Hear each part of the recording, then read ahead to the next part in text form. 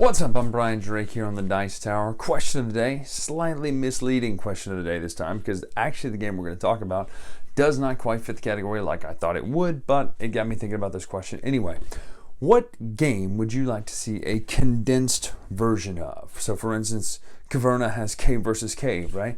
There are certain games like Twilight Struggle has the one where it's not Twilight Squabble, that's not the one I'm thinking of, but it's a smaller 13 days, I don't remember what it's called, but it's a small, anyway, there's a smaller version of Twilight Struggle that plays a lot quicker. It's a card game, but it still kind of has a lot of the flavor. What game would you like to see condensed, and how would you like to see it condensed? What would you like to see it keep? What would you like to see it get rid of? Which brings us to our topic today, Pocket Mars. And yes, I did just pull that out of my back pocket because it is small enough to fit in my back pocket. This is a game about colonizing Mars. Yes, popular theme, I know. A game about colonizing Mars, and it's a small card game, but is it just a card game? Let's talk about how this game plays, what it is, what it does, and what I mean by is it just a card game right now.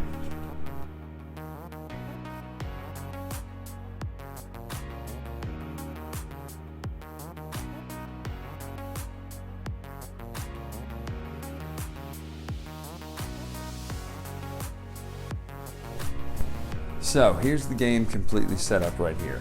Couple of reference cards. You gotta love a good reference card. One of these for everybody in the normal game. This is for the solo game. Yes, it has a really good solo game. The basic setup looks like this. Earth contains all but 2 of your colonists. 2 of yours go in your own spaceship of your color. 2 goes in the other player's color. The rest of them go right here to the middle on Earth. Everybody gets 4 cards total. 2 of them go into your project area. And then your prep area, and then the other 2 go into your hand. So I've got the hands face up so we can see them. You obviously wouldn't show each other this, but this prep area here is a lot more important than the cards in your hand, because on your turn you're going to do one of 5 actions. These actions are, I'll show you over here on this reference card, handy reference card with scoring on the back. I should mention that's handy.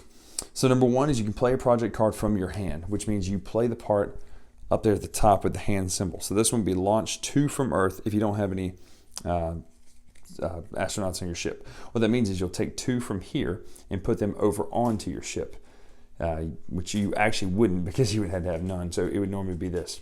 You would take 2 and put them on there. That's what this card does. You'll then take this card and discard it.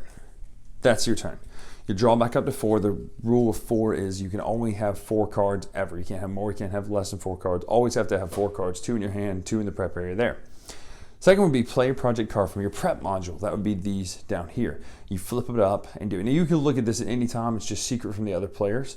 And there's a reason for that that actually makes really good sense. Play a project card from your prep area. So let's just say we're using this one. And this is actually not the best example because the black card's a little bit different. But you'll do the bottom part here. It says use any energy to take a look at 2 cards from any other player's prep module. So you would spend an energy, which is this track here. You could look at these 2 cards if you wanted to, just to kind of know what they are.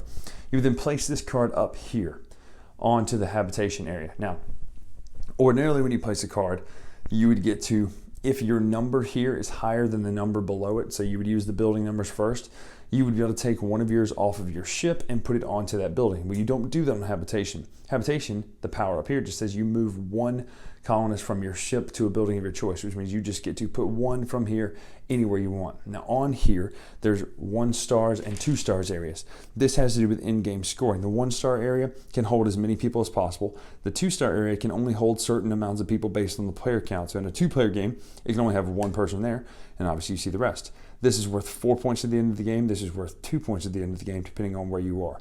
Also, there's a bonus for having 4 in one building, or 1 in all 4 of the other buildings as well. So there's just bonuses on where you put these.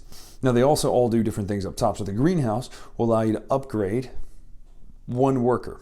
Now the way this works is, if no one's here, you can move 1 of yours from this area over to here. Now that's any building, it doesn't have to just be this one. Also, if someone's here and you need to get that space, you can move them over, and then another turn later, you could potentially move yours over. So it lets you manipulate those high point areas. The other ones would be, this allows you to move 1 card from your prep module to the bottom of the deck. That's the one we move it. This is where you launch 1 from Earth onto your ship. And then this one is just gaining energy. Now, like I said, the only way to make that work is if your number of your card is higher than the number out there. Currently, this wouldn't work. So if you play the 2, you won't get to do that bottom action, but you will get to do the action of the building. The other actions you can do, you can launch from the earth. You can always do that. You can always launch from here. And then you can discard a card to gain energy. And that's it. That's the whole thing. You'll go back and forth until one person has all 7 of their space people out there on the buildings, and score points based on this rubric right here. 1 point for every colonist on your spaceship, 2 for every in a building, or for every point, you get points in the buildings. Like I said, 2 points for the 1 star, 4 points for the 2 star. Person with the highest energy level gets a victory point. And then number 4 is the skillful placements. You get 2 points if you have at least 1 in each of the 4 suited buildings, and then 3 points if you have 4 in any one building. So it's a lot of ways to get points there. Person with the most points wins the game. So that's it. Basically, here's my number 1 critique, criticism, question for anything that is a card game. Personally, card games are not my favorite types of games. So I need a card game to do or be something else. You say, Brian, why would you play and review card games? Because I review a lot of games. But to me, a fun card game that I'm going to enjoy, and I'm not saying everybody's like this, but a game that I'm going to enjoy needs to be something that does something else. So is it a card game that is area control? Is it a card game that is worker placement? And Pocket Mars is in fact an area control game with some action selection. You do have cards in your hand, but they're more secondary to kind of what you're doing. Yes, I shouldn't say they're secondary. You saw that they're important, but it's more about, okay, which action am I going to do right now? Am I going to play the card from here, the card from my hand, or the card from my own prep area? Or am I going to get some energy to use for resources later? Or am I going to play this card so that I can get more people onto my spaceship, right? So there's a lot of action selection involved, but there's also area control involved. And the fact that you're playing out of the prep area with those numbers to hopefully get more of your workers off of your spaceship onto one of these buildings in order to get the most astronauts out there, the most colonists out there, to maximize points. So the area control part of that comes into the fact that there are those sections on the cards where if you place a worker here, you get more points at the end of the game. It's 4 points versus 2, especially in the solo game. There's also some changes of that. Each one of these action spaces has a sort of action selection as well. The buildings have a little bit of a worker placement involved that where you go also gets you an action to the top, like upgrades. So you can move someone off of those better point spots with the 2 stars, or you can move yours into that spot. So a lot of different things happen, a lot of moving parts happen. So I like the way that it does. I really like the solo game in this. This is a nice puzzly little solo game, how to beat the other player and maximize your points over them. I like how it plays. It's just a fun little subtle puzzle to it. It's quick, it's simple, it's not super deep. So if you like card games that do other things, definitely check out Pocket Mars, especially if you like this whole Mars colonizing, terraforming thing that's going on right now. But this is tiny, it's small, it plays in a very small package.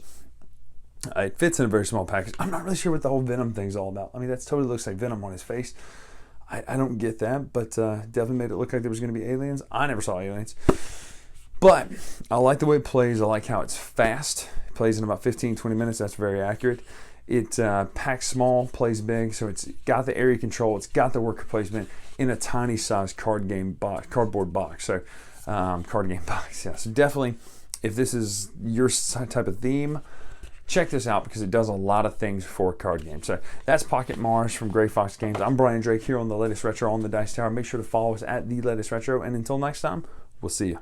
Thanks so much for watching the Dice Tower videos. Find more great videos and reviews as well as our top-rated audio podcast at Dicetower.com. You can also find other great shows at Dicetowernetwork.com.